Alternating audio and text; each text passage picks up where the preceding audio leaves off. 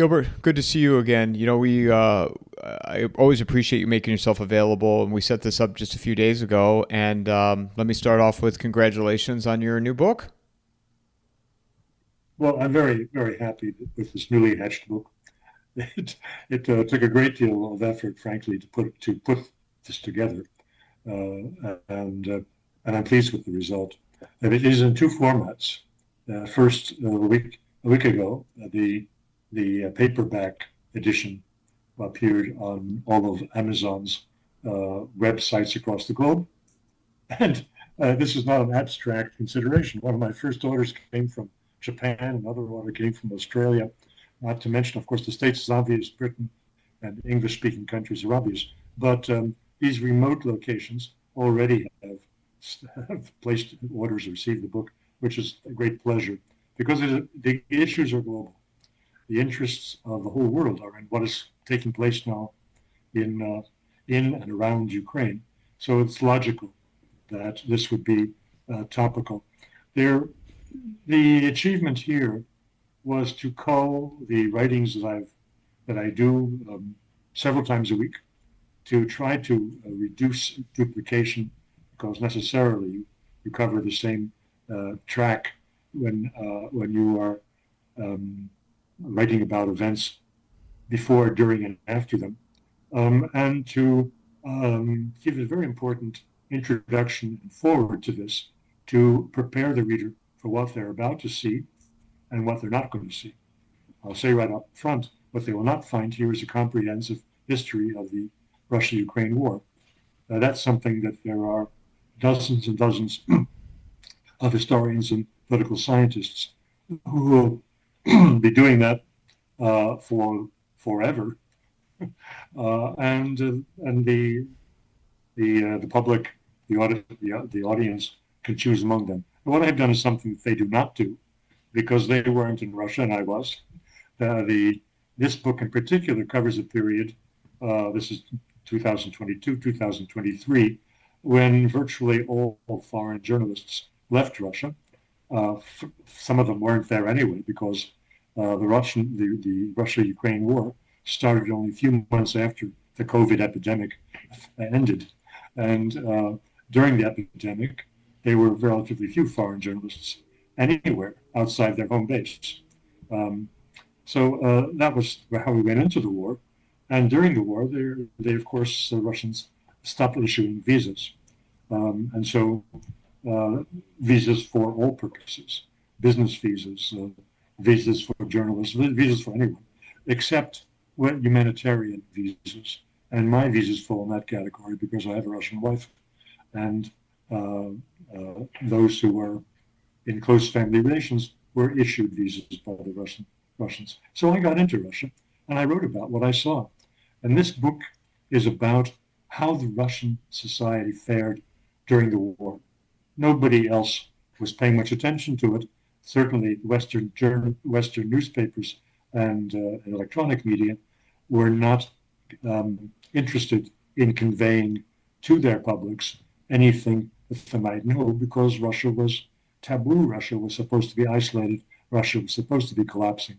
Therefore, I recommend this book to those who want to see how Russian society developed because it was not static. The war, as an old saying, that wars make nations, and it is true. Of course, in Western media, that has been used with respect to Ukraine. How Ukraine consolidated, became a single culture country under the impact of the war. In the case of Russia, it also had dramatic effect on rising patriotism, on creating new elites to replace the elites that we all know about from the Yeltsin period. That is to say, the oligarchs who were deeply tainted with corruption and with selfishness and so on, and they are steadily being replaced by patriotic, self-sacrificing people who have impressed the broad public and, of course, the powers that be with their possible contributions in future. For the Americans who are watching this, I refer to the effects of military service, in creating whole cadres of higher business executives and government officials following the World War II, following the Korean War. When I was coming up through business in the 1970s, almost anybody who was at the top of a major corporation had seen military service in one of the many wars that America had been engaged in.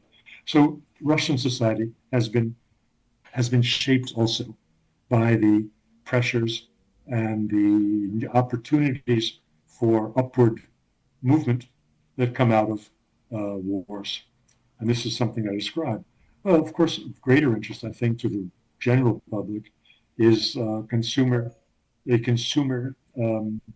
services and goods that were available in supermarkets, in your corner grocery store, in your electronics store, how these things changed over the 3 years, and the changes were very significant. Of course, the single biggest item here when speaking about supermarkets is that Russians became really very self-sufficient in almost everything that you would find in a supermarket. And they've also had created new sources of supply from Iran, from Azerbaijan. So, well, I'm not going to repeat here points in the book, but I will say that for the general reader, this type of material, my travel notes in Russia during my periodic visits in 22, in 23, will be of particular interest. And then there are other items because the book has several different genres. It has book reviews of books that I think are highly relevant to understanding the feeling of patriotism. One book about the 85 days that the city of Slavyansk survived as a cradle of Russian Renaissance in 2014.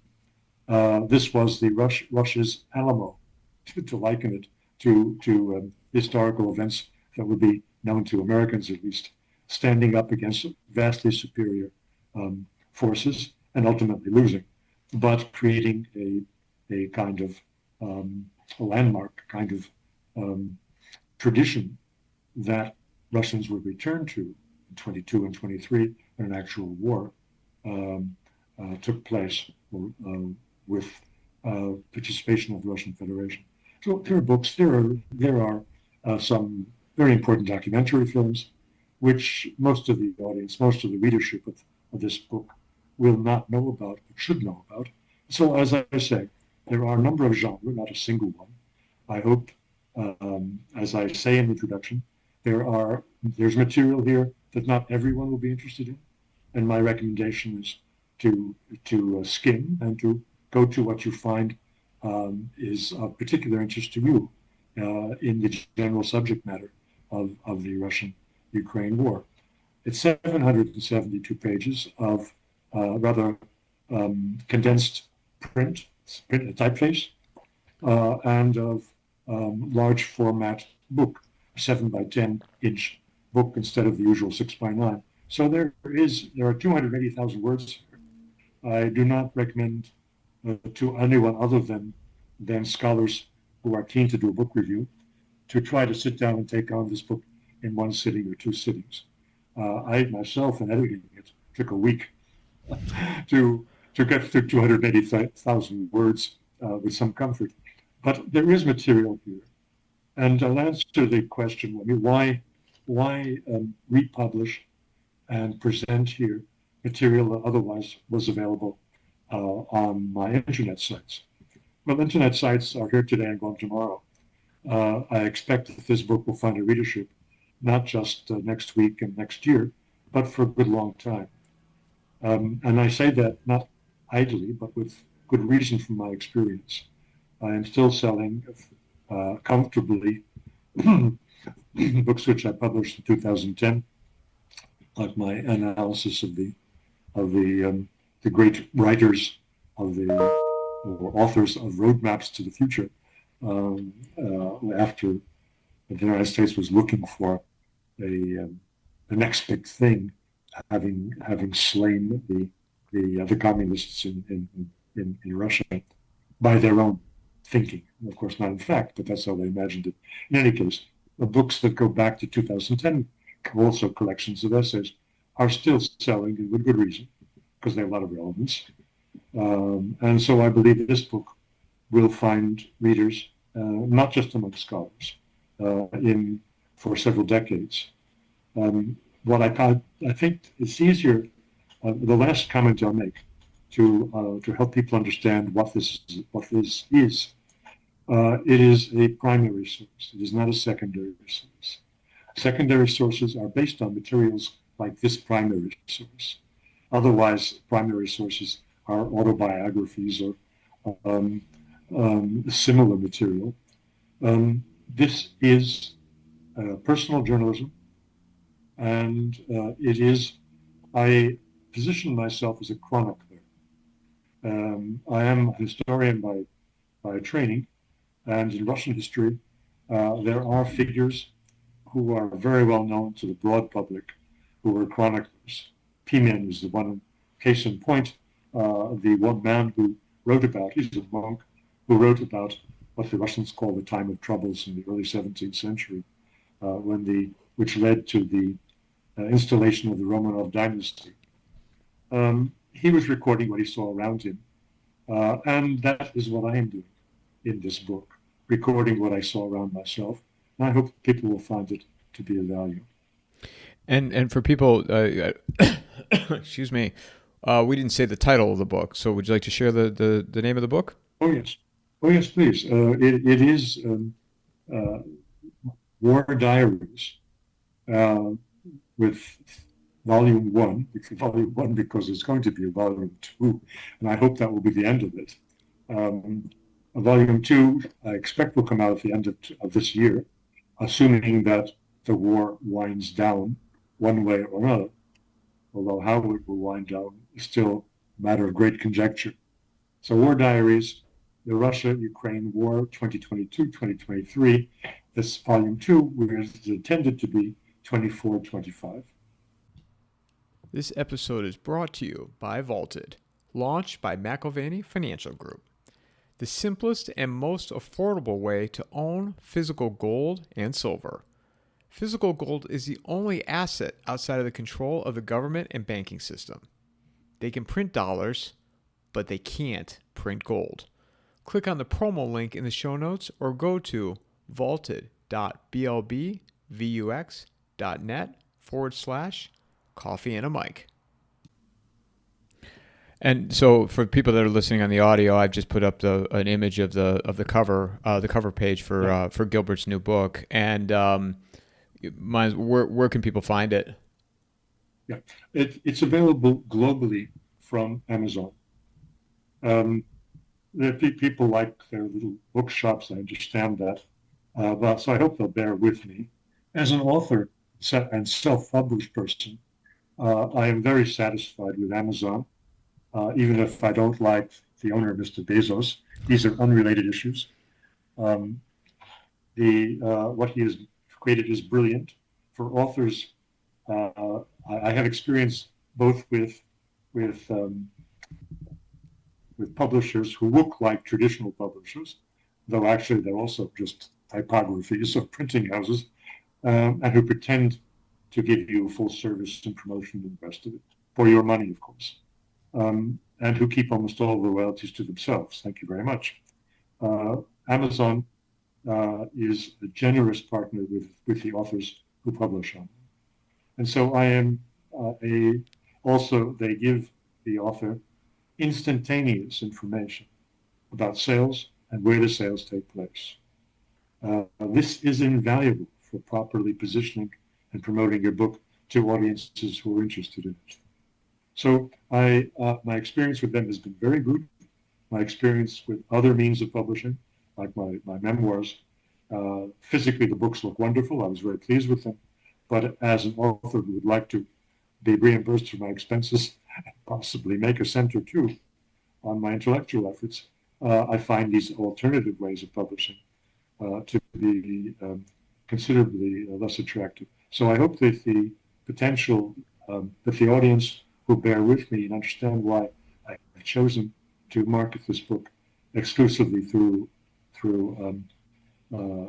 Amazon. Now, it's in two formats. As mentioned at the start of this explanation of the book. The first came out was the paperback, and that is not cheap, but the production costs of the book aren't not cheap. A 772-page book costs quite a bit to make.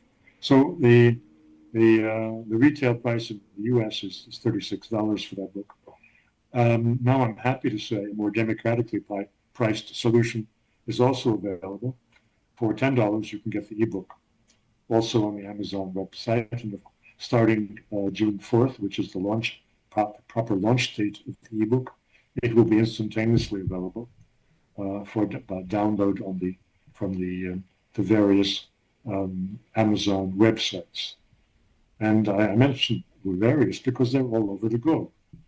They have centers, of course, nodes, which serve several countries at a time.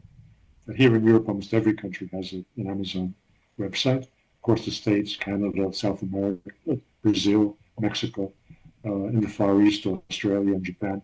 These all have Amazon websites, and they serve the country where they're located, and they serve neighboring countries.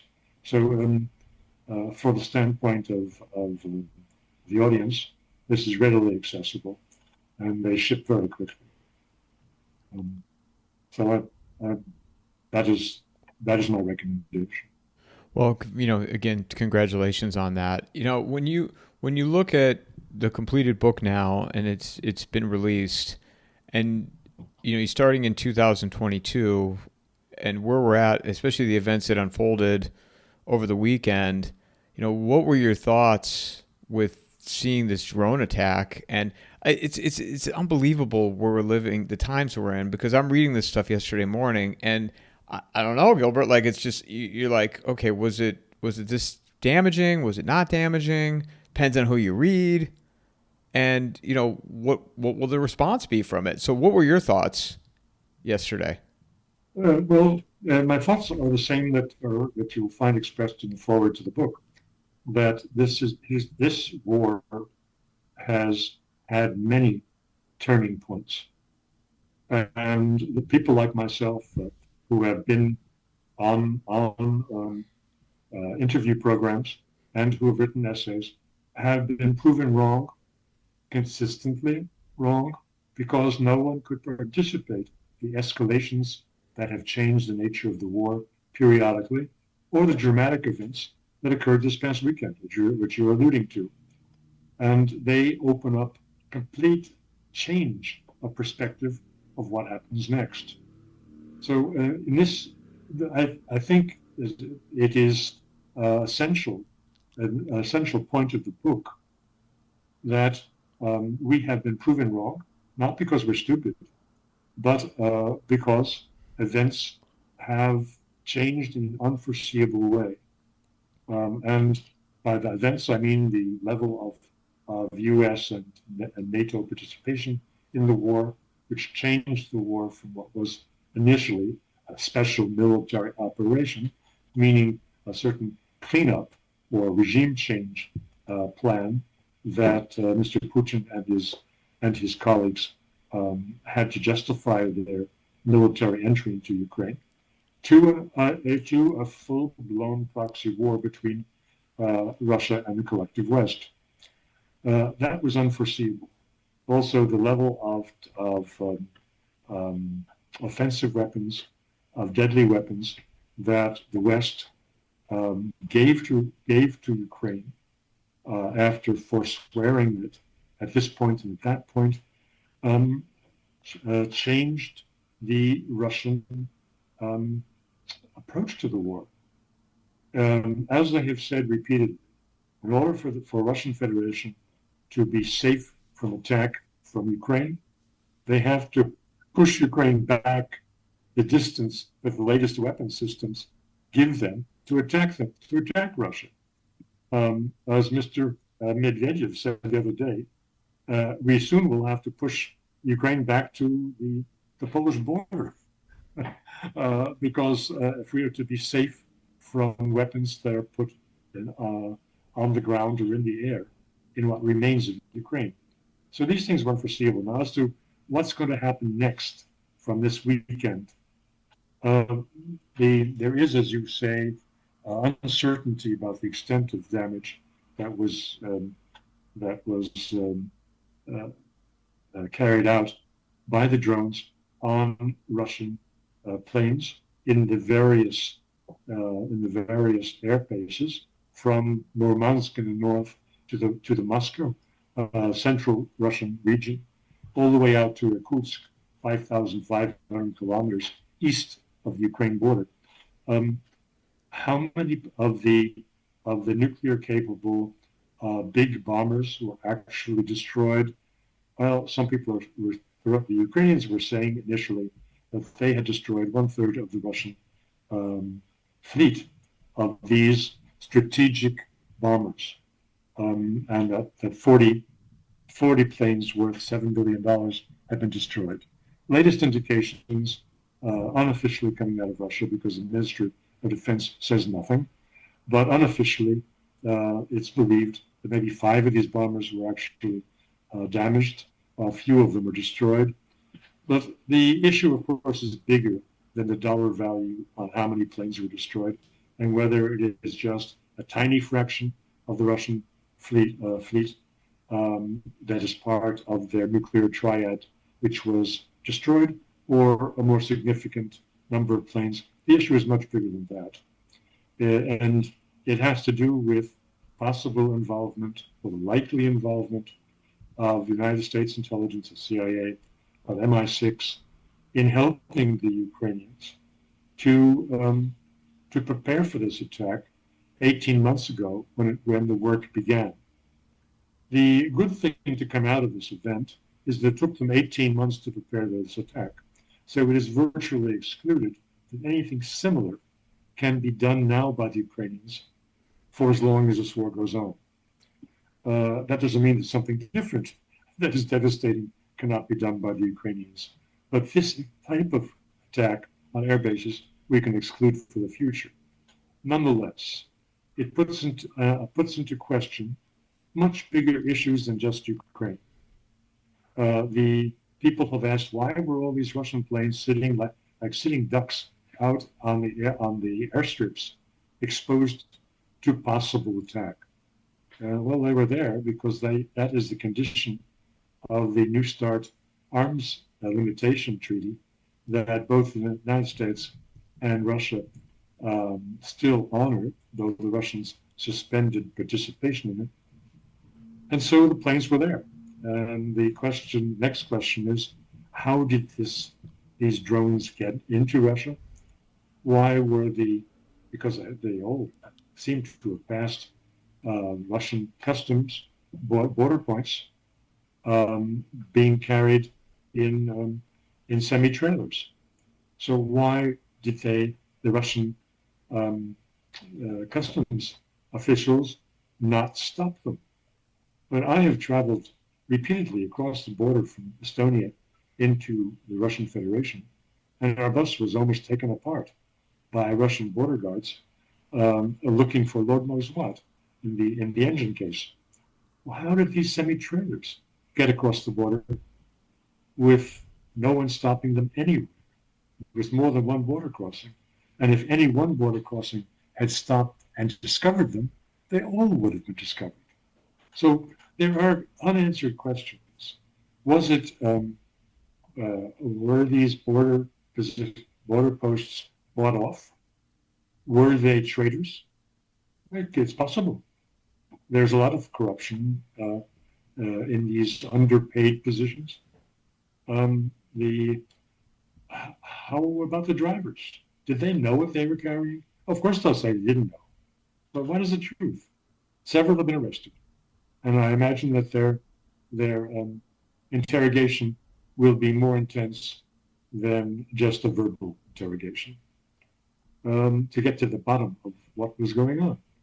So Russian security has been shown up to be very lacking.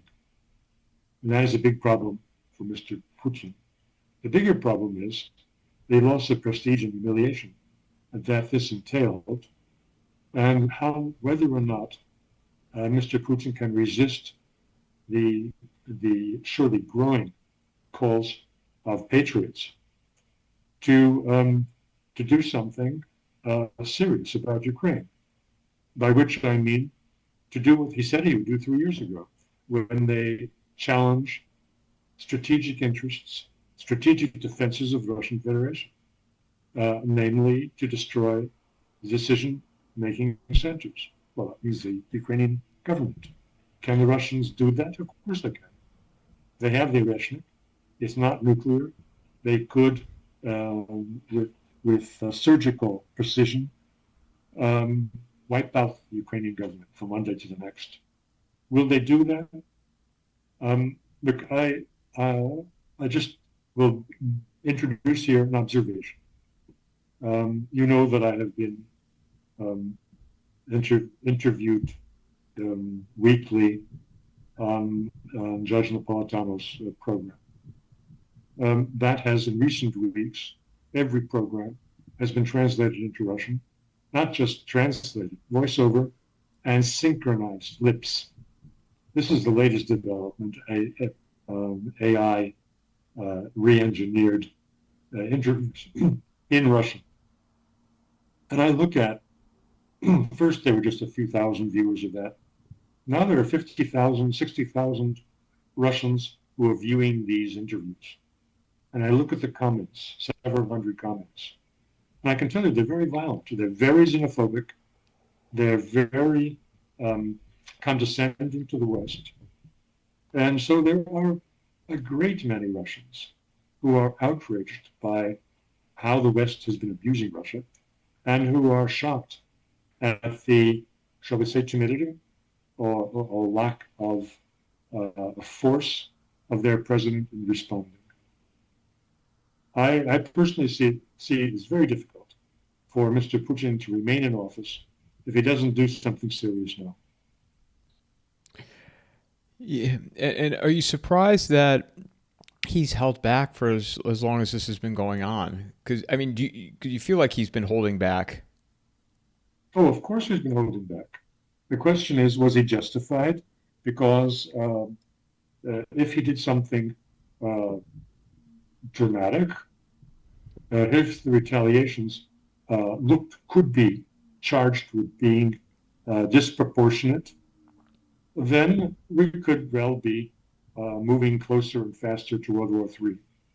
So this held him back. Besides, he was, with good reason, persuaded that the American leadership under Joe Biden was insane.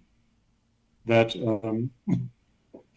insane, drunk, whatever you want to call it, certainly the behavior of everyone around Biden, that Biden was somehow was beyond discussion, but that his immediate keepers, the subordinates who actually were running Mr. Biden, whether it's Antony Blinken or Jake Sullivan, from the perspective of Moscow, these people were insane. Therefore, they were doubly cautious to do anything that might set them off. Now, I think they're satisfied that Mr. Trump is not insane, that he is a rational actor. He's a businessman. The things that are said about him, which are not flattering, have nothing to do with his sanity. They have to do with his morality. And so the Russians, I think, are satisfied that they are not dealing with a madman, which is a big change from where we were before the new administration came in. How Mr. Putin will react to this latest threat, which crosses the red lines of damaging part of the Russian nuclear triad. That's what these bombers are. We'll have to see. But I'd say I venture to guess that he might declare war on Ukraine. Let's remember this is a variation on the question that some interviewers have asked me in the recent days. Does Mr. Putin really want a peace treaty? And I have said unequivocally, yes. He is a lawyer by training. he thinks today in these terms. He wants to stay on the right side of international law. And just an attack on Ukraine, a decapitating attack, more particularly, would not be his way of behaving if he didn't have an openly declared war on Ukraine. So I watch this closely. If in the coming weeks Mr. Putin goes before the nation and declares war on Ukraine, then I think a decapitating strike will follow the next day. What do you think of Putin as we sit here June 2nd today as a leader? He has been a brilliant leader, and I have various essays in this book and otherwise have said that he is a brilliant manager of human resources. His basic approach is that everybody is good for something, and even openly exposed, openly criticized villains, thieves who have stolen large sums from the Russian federal budget, have been retained by Putin because they also could contribute unparalleled, unequaled services to the state. So in this sense, he has been, in this sense, he's been like Peter the Great, who did exactly the same thing, who was surrounded by a lot of scoundrels, whom he used very effectively for the benefit of the state. So that's one aspect of Mr. Putin. But the single biggest proof that the man is extraordinary is he has raised Russia from, in a phoenix-like way, from the ashes. What he took over from Yeltsin was a ruined country. And it was a deeply corrupt country, and its economy had been smashed and had not reconstituted itself. And he turned this around, not at once, it took years. I'd say that the complete recovery of Russia would coincide with the start of the special military operation. Mr. Putin launched it because he was confident that his military had been raised to the level of the most efficient and strongest in Europe, if not in the world, ground forces, and because the Russian economy had been made sanction-proof in the preceding 8 years from 2014. This is all under his watch. So what he achieved speaks for itself. But nobody is perfect, and the businessmen say horses for courses. That a racehorse is not good for the plow, and a plow horse is not good for the races. And the question is whether Mr. Putin is good for today. It's an open question. Is Mr. Lavrov good for today? I've already said no. I think he should have been replaced 2 years ago. Not just because he's been there too long and has fallen prey to corruption, by corruption very specifically, raising his son in his path. This is very widely practiced in Russian senior positions. And unfortunately, Mr. Lavrov has done that also. So in business, it's a widely considered good management to rotate people. Now, so that they don't gather too much moss under their feet. And this is something that is a weak point in the Russian senior ranks. Mr. Putin also, 25 years. He is not irreplaceable. When he came in, everyone was asking, who is he? Because he seemed to have no merit to justify that position as president. Similarly, Mr. Putin will be replaced. Nobody lives forever. The question is, how smooth that replacement will be, and will he be replaced by somebody who also has good judgment and isn't too trigger happy. So this is a situation today. After all, Mr. Putin was almost killed. He was almost murdered 2 weeks ago by drones which the Ukrainians sent against his helicopter. So the question is not something that I'm introducing as coming from nowhere. We have to consider who runs Russia, for how long, and is there somebody around? Nobody has been groomed to replace Mr. Putin. But among those people who are at the top levels of the Russian government, who could fill his shoes without bringing us all into World War III? How much rope does Putin have before, say, the neocons and the people will demand a action? I'm sorry. I said, how much time does he have for a proper response that will satisfy the people? Well, I wouldn't expect it to take place tomorrow. He's a man whose favorite word is akkuratno, which Russian translates as carefully, cautiously. So he will do nothing precipitous. But will he do something? He has to do something. Russian society will be deeply disappointed with him if he doesn't do something. Just throwing a few more bombs and a few more underground factories making drones will not satisfy public opinion, considering the gravity of both the attacks we've discussed on the Russian heavy bombers and the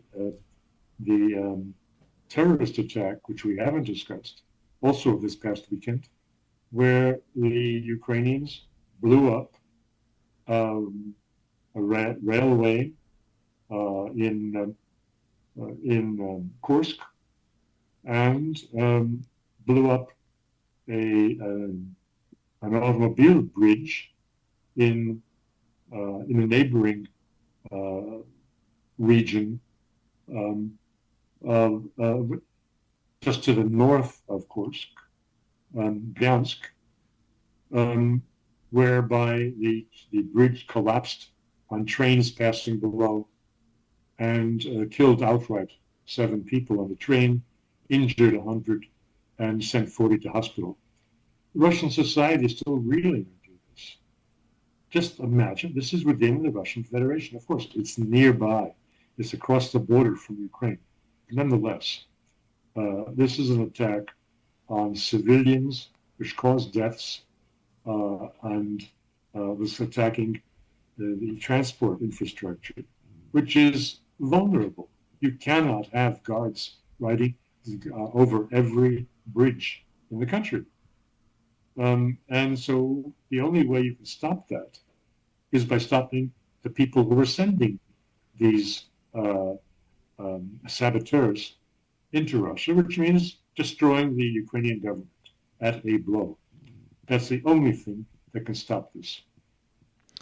Well, and what I'm perplexed by is, Trump comes into office. Shortly thereafter, Zelensky comes for a visit, and everybody saw that video, and he said, well, we'll be out. And yet they have not cut off funding to Ukraine, which could, ultimately wrap this thing up very quickly, but yet they haven't. Mike, when we touch upon Trump, we're touching upon a man who's under fire from very big domestic opposition that is aligned with European opposition, and so is quite strong. He has said many contradictory things, flip-flopping day to day, which make him look foolish, which make him look like a buffoon to those who are unkind. I am not in the unkind group.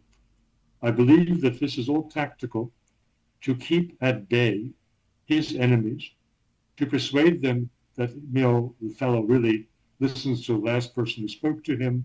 If we can get his ear long enough, we can bring him around to our position.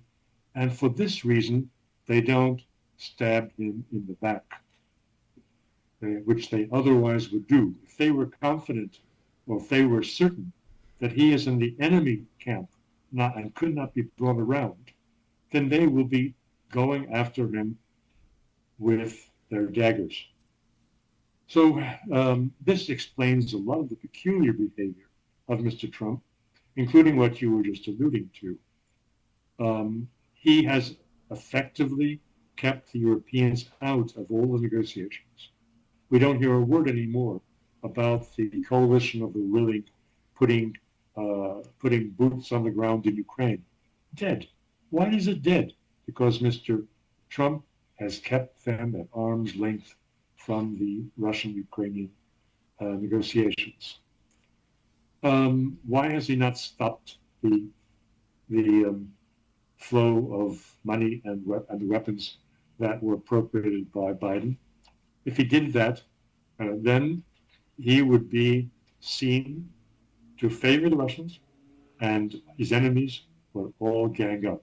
As it is, he has a big problem with the bill which senators, the bipartisan bill, which has 80 signatures on it and is therefore not vetoable in the Senate, which is calling for imposing very harsh new economic sanctions and financial sanctions on Russia. This is the bill that was sponsored by Richard Blumenthal for the Democrats in Connecticut, and the villain of the Republicans, Graham from South Carolina, Lindsey Graham.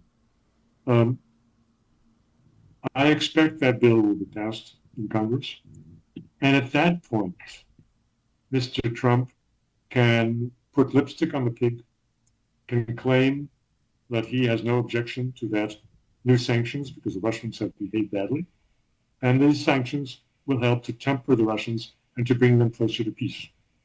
And at the same time, he will do what you were just suggesting.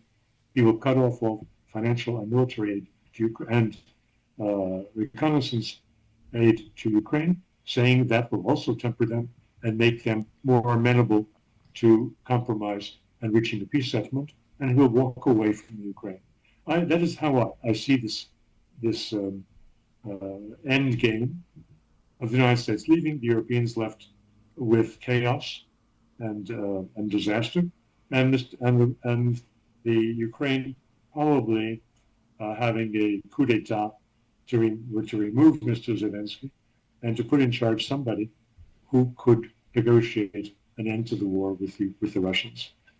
This is my reading of the situation and my explanation of why, to answer your question directly, why Trump has not cut off the flow of weapons and finance to Ukraine till now. So your estimation then, kind of summarizing this, make sure I heard you correctly. This is all being tactically done by Trump, knowing what the adversity he's facing domestically and from Europe. So he will do this. This bill will get through. At the same time, he'll cut off funding to Ukraine in order to remove the United States from this, and then it will get dumped onto Europe. And how do you see Europe and the rest of NATO then responding for Ukraine? I see Europe pretending to give assistance to Ukraine for 2-3 months, which will be a transitional period. They can't just drop the ball. They need time to reformulate a narrative to explain why they are leaving Ukraine also. For some of the European leaders, that will be easier than for others, because some are more invested in the continuing war than others are. Nonetheless, the end result will be Europe will also leave Ukraine under the bus, and after a certain grace period, so that they can find a common narrative to hand to the mainstream media. and then you see Zelensky getting removed, then what will the future of Ukraine be? Because with the United States removing itself, NATO and Europe also removing itself, will they create a new government or? Oh, yes. There will be an interim government, probably a military government, uh, because there are no leaders from the past, Mr. Poroshenko or Timoshenko, Madam Timoshenko, who was known as the Braid because she had wonderful braided hair. These people are no solution for Ukraine. They are as guilty as Mrs. Zelensky in bringing on this disaster. So I think the only solution for an interim government will be a military government, pending maybe a year or two, when society can be brought back to reality in Ukraine. Then there will be elections and a normal civilian government installed.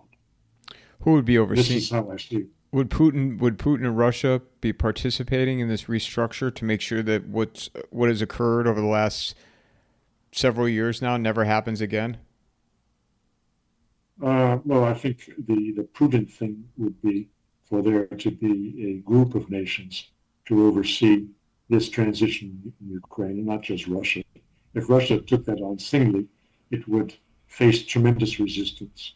So several major powers, the United States, China, Russia, and a few others, maybe from the global south, would be nominally supervising the transition to democracy over a period of a year or two. I know I'm running out of time here with you, but I do want to ask: what will the future of NATO be if the scenarios that we discussed play out this way? I think it will fade away. The United States cannot leave NATO formally de jure. That requires approval of Congress. Mr. Trump will not get that approval. But if he takes the stuffing out of NATO, the effect will be the same. It will lose its value. And I'm hopeful that in this period, as I described as a grace period of 2 or 3 months for the European leaders to reverse course and to move away from Ukraine and let it collapse, I think that hopefully in that period, there'll be a political realignment within the European institutions. And that those who have been the most vociferous defenders, so-called defenders of Ukraine, actually destroyers of Ukraine, because they're promoting its continued war against Russia. I think that I'm hopeful that they will receive the just desserts, which will be to be removed from office. As we've talked here for the last 40, over 45 minutes, how concerned are you about all this with everything going on? What is, in comparison to when we've talked previously? Is it higher now? Same? No, I wouldn't say it's high. It all depends, of course, on what Mr. Putin does, how dramatic it will be. I'm fairly confident that Trump's reaction to whatever Putin does will also be sensible and will keep us away from a progression to a nuclear war between the major powers. I trust in Trump's judgment in that respect. How I understand how many of the viewers of this program will be skeptical about that, because all major media have for the last 6 years painted Trump in the blackest terms. He is not a likable personality. I wouldn't necessarily want him for a neighbor, but that's irrelevant. Machiavelli said it a long time ago, and these verities do not change. The morality of individuals is not the same as the morality of state actors. You like it, you don't like it, that's the way the world was, is, and will be. And in this, from this viewpoint, Mr. Trump is a realist, he's not all that bad. Even if he doesn't write his own speeches, he reads them okay. And the speeches that he reads are amazing. Everyone listens. The last thing I'll say, because I do have to go, is that everyone listens to Trump. Don't listen to him. He's not addressing you. He's addressing his enemies. Watch what he does. He closed down U.S. aid, which was the main vehicle for regime change financed by the CIA. He is now purging the State Department of all the villains who have risen in the ranks and in the diplomatic service ever since Dick Cheney chased out decent people from the State Department at the start of this millennium. He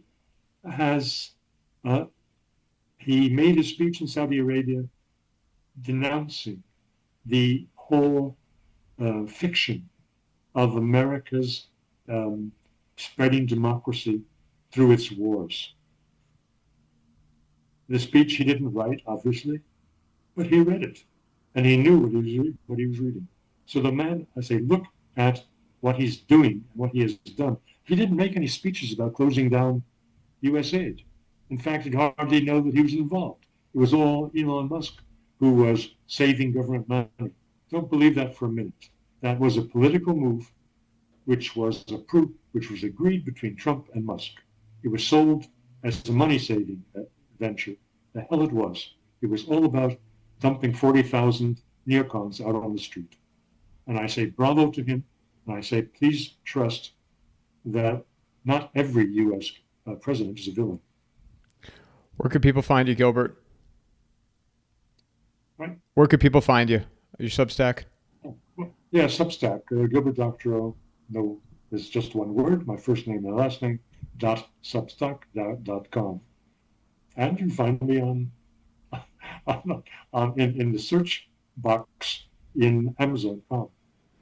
And I'll put the description to people want to order the book, and then your Substack on the show notes. So Gilbert, as always, thank you for making time to speak with me. We'll follow these events, and I look forward to more conversations ahead. Well, don't despair. We have been through worse times. Mic drop.